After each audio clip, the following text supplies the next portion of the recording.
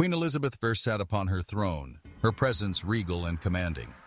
Her eyes scanned the assembled courtiers, each face a potential ally or adversary. The air was thick with anticipation as the Queen's most trusted advisor, Sir Francis Walsingham, approached with a sealed letter in hand.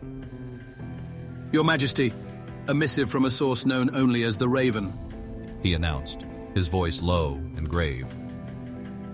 Elizabeth took the letter, her fingers brushing over the black wax seal embossed with the image of a raven. She broke the seal and unfolded the parchment, her eyes narrowing as she read the cryptic warning within. Elizabeth paced the chamber, deep in thought. The letter spoke of treachery within her court, a betrayal that threatened her reign.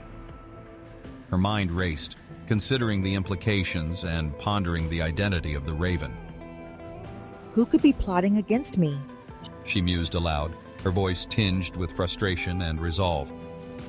Lady Mary Sidney, a trusted confidant, entered the room, her expression one of concern. Your Majesty, what troubles you so? She inquired gently. A shadow looms over us, Mary. We must uncover the truth before it is too late. Elizabeth replied, handing her the letter. we are tasked with a grave mission. Walsingham began, his gaze steady and determined. Lord Robert Dudley, Sir Walter Raleigh, and Lady Sarah Pembroke listened intently, their faces set with resolve.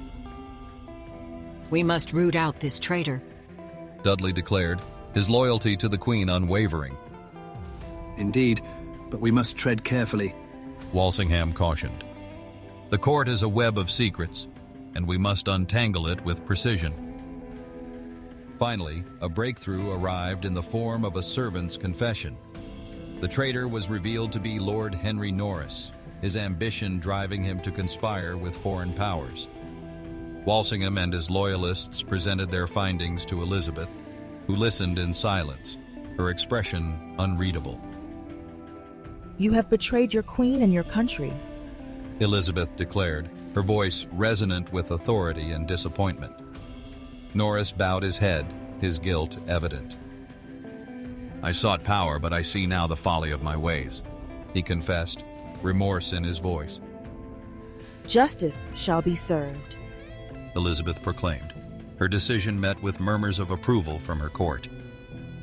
Lady Mary Sidney joined her in the garden, where the autumn sun cast long shadows over the vibrant blooms. You have weathered the storm with grace, Your Majesty. Mary observed, admiration in her eyes. I am but a guardian of the realm. Elizabeth replied, her gaze unwavering as she looked toward the horizon. And I shall remain ever watchful.